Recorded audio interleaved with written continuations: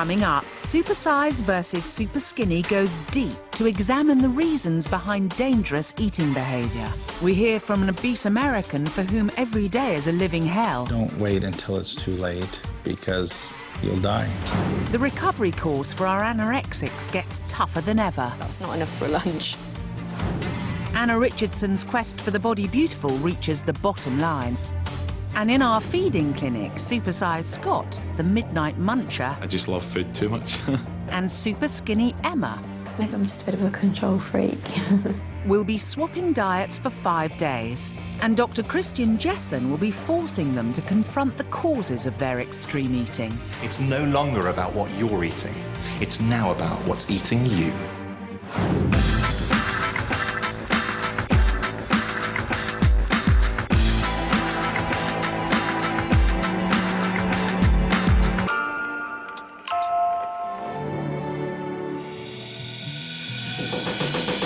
Over the next 5 days, two fanatical foodies from opposite ends of the weight spectrum will come together in the feeding clinic to confront their eating habits head-on.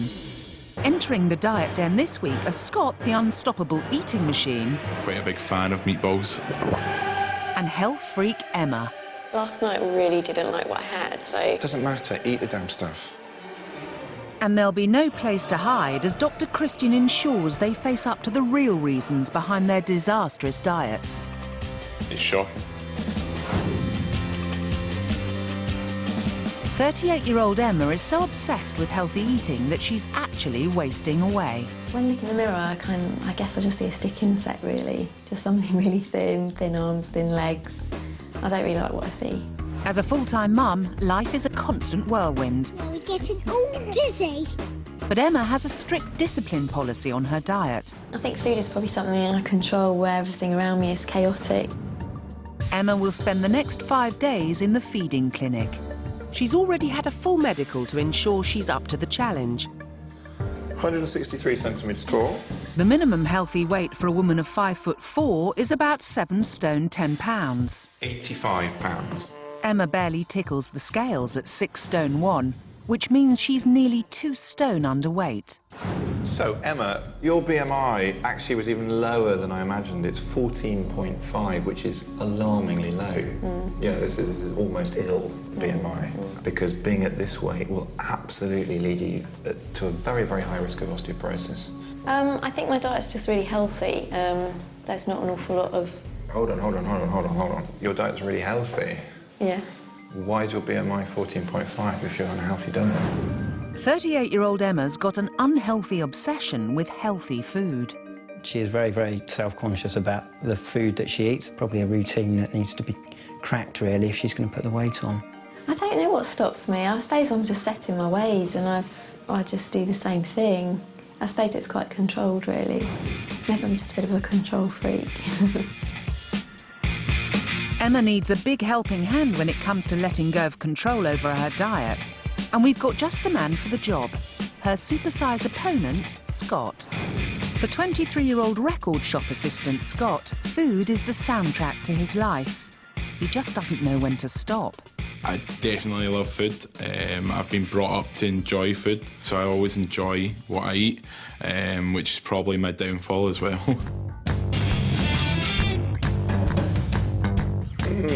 388 pounds. At 27.5 stone, Scott weighs nearly 5 times more than Elfin Emma. You are off my scale, Scott.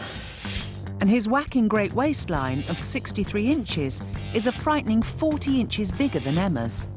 Because I enjoy food so much, I eat quite a lot of it and don't think about the consequences right now. Scott gorges himself on pasties, pastries and crisps, and that's just lunch. For dinner, one of my favourite meals is meatballs, and we just end up having around about 20-25 of them at a time. But even after a meatball bonanza, Scott isn't ready to call it a day. In the morning you come down and see all the dirty dishes you knew had been up helping himself.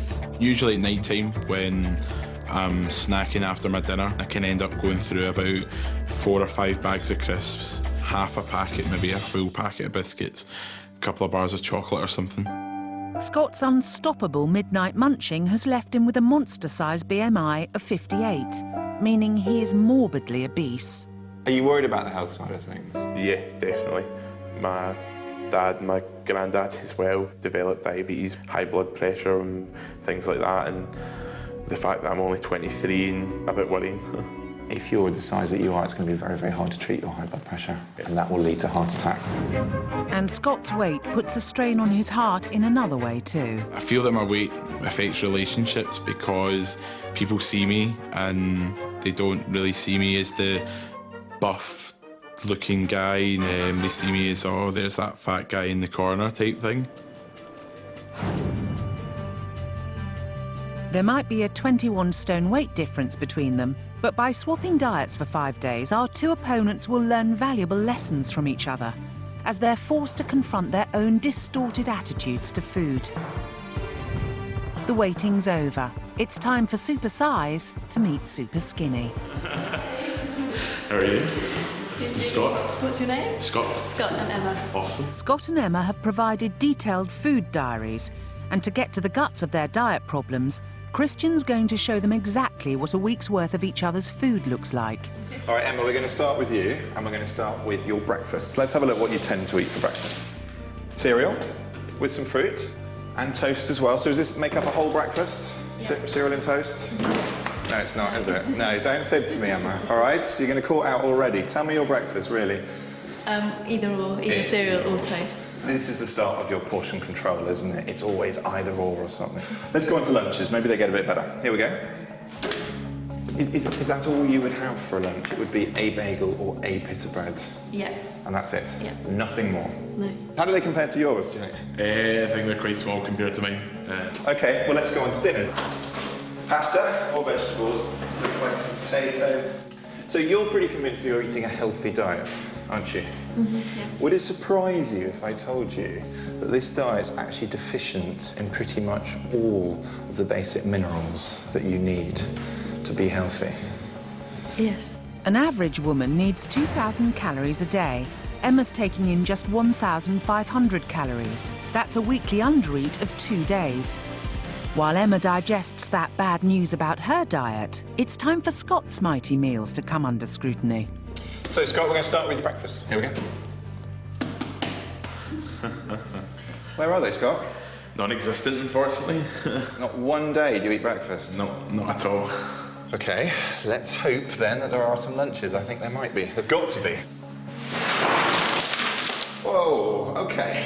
There's sausage rolls, there's pasties.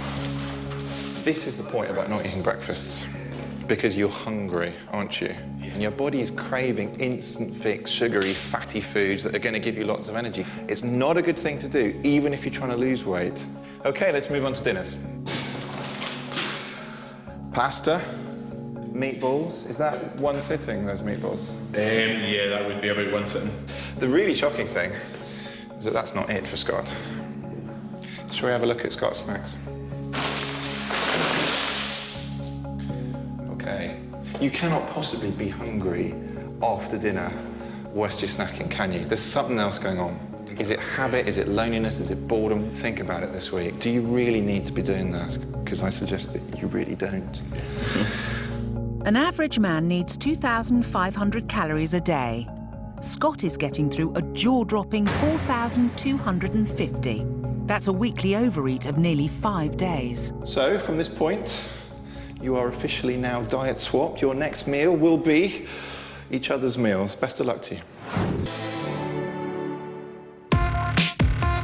Let's face it, we're all obsessed with our bodies, weight and food.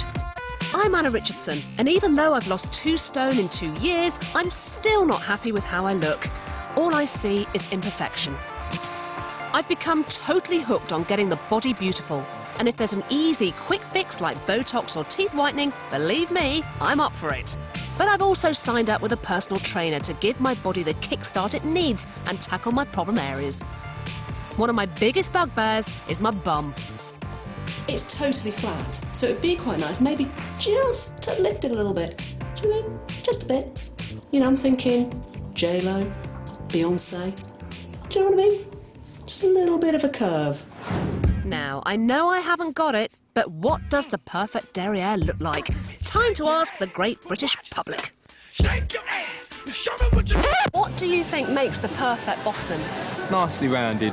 I think fairly firm, but still soft. I'd definitely say peachy. You gotta have a peach. Imagine a lady's bottom. Look at that backside! Does my bum look all right? It looks wonderful, Emma. Oh, what a rotten liar. I know I've got a long way to go to achieve Kylie Styly levels of peachiness, so I'd better get to work. Now, I wouldn't exactly call my relationship with the gym a love affair. I hate the gym. But I'm back down the hellhole to work on my glutes. That's the technical term for your bum. Squats are apparently regarded as the best exercise to work your bottom. They also work your thighs. And they hurt. Ow. Good. Feel the bum burn. And Matt's finishing me off with the bum bridge. How's that? How did it look? This whole gym thing is turning into a nightmare. Now, I can guarantee that if women are unhappy with a part of their body these days, then somebody will have come up with a treatment that claims to fix it. I'm going to find out what's involved in a brand new instant bum plumping procedure. Dr. Richardson at your disposal. Bend over, you will not feel a thing. Macrolane injections are a naturally degradable gel, and they've been used to fill out boobs, calves, and yes, even penises. Now they're being used to boost bums as well. Heidi's all right? I'm being allowed to watch as 33-year-old mum Lisa Turner gets jabbed. After a local anaesthetic, Dr. Ayubi sets about injecting the gel under Lisa's skin. But you're not in pain, Lisa? No, not at all. Time to plump up the volume on buttock number 2.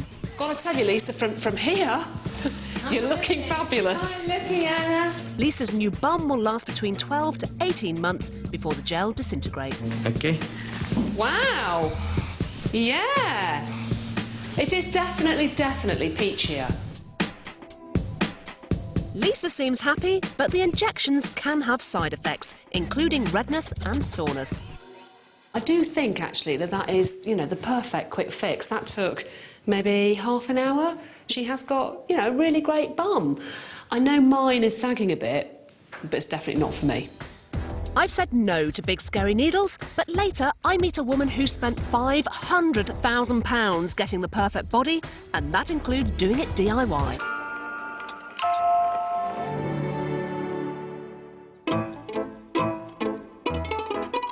This week's feeding clinic residents are Scott and Emma.